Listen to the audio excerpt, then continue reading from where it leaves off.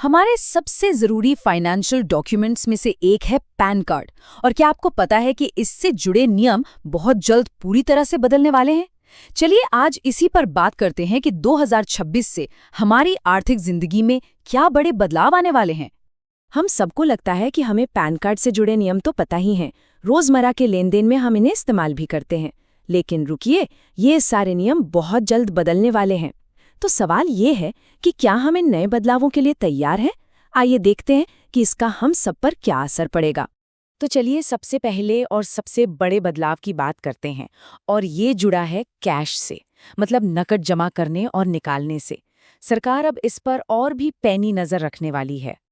देखिए, पहले क्या था, एक साल में 20 लाख रुपए तक कैश निकाला या जमा किया, कोई पैन नहीं पूछता था। लेकिन अब ये लिमिट बहुत बहुत ज्यादा कम कर दी गई है।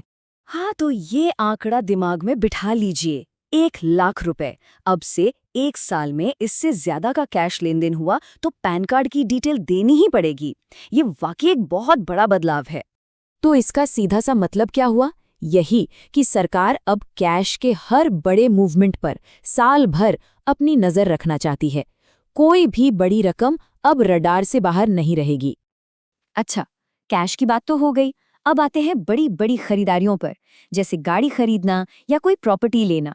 यहाँ भी कुछ नियम बदले हैं, चलिए देखते हैं। यहाँ गाड़ी खरीदने वालों के लिए एक अच्छी खबर है। पहले तो याद है, कोई भी गाड़ी खरीदो, छोटी हो या बड़ी, पैन कार्ड चाहिए ही चाहिए था। लेकिन अब ऐसा नहीं है।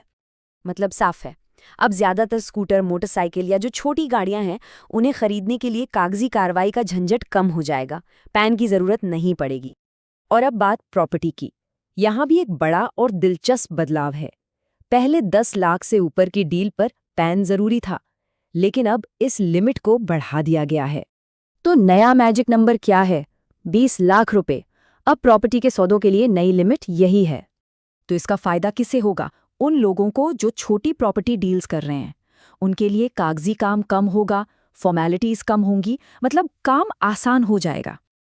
चलिए अब आगे बढ़ते हैं और देखते हैं कि घूमने फिरने, खाने पीने और बीमा जैसी चीजों पर इन नए नियमों का क्या असर पड़ रहा है। तो अगर कोई बड़ी पार्टी या शादी ब्याह की प्लानिंग चल रही है तो थोड़ी राहत की बात है।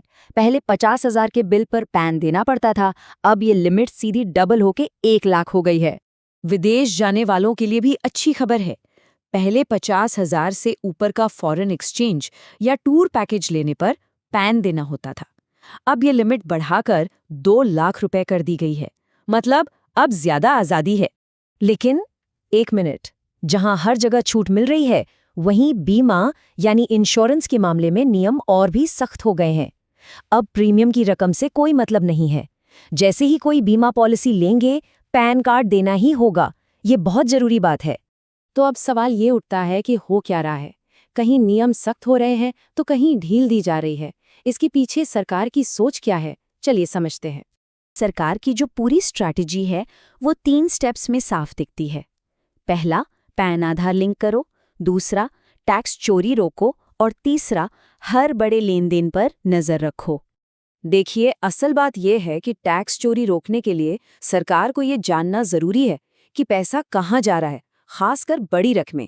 तो ये पूरा सिस्टम इसीलिए बनाया जा रहा है ताकि देश में पैसों के लेन देन पर बेहतर निगरानी रखी जा सके।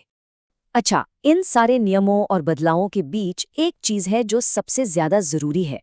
एक ऐसा काम है जो सबको करना ही करना है, इसमें कोई ऑप्शन नहीं है।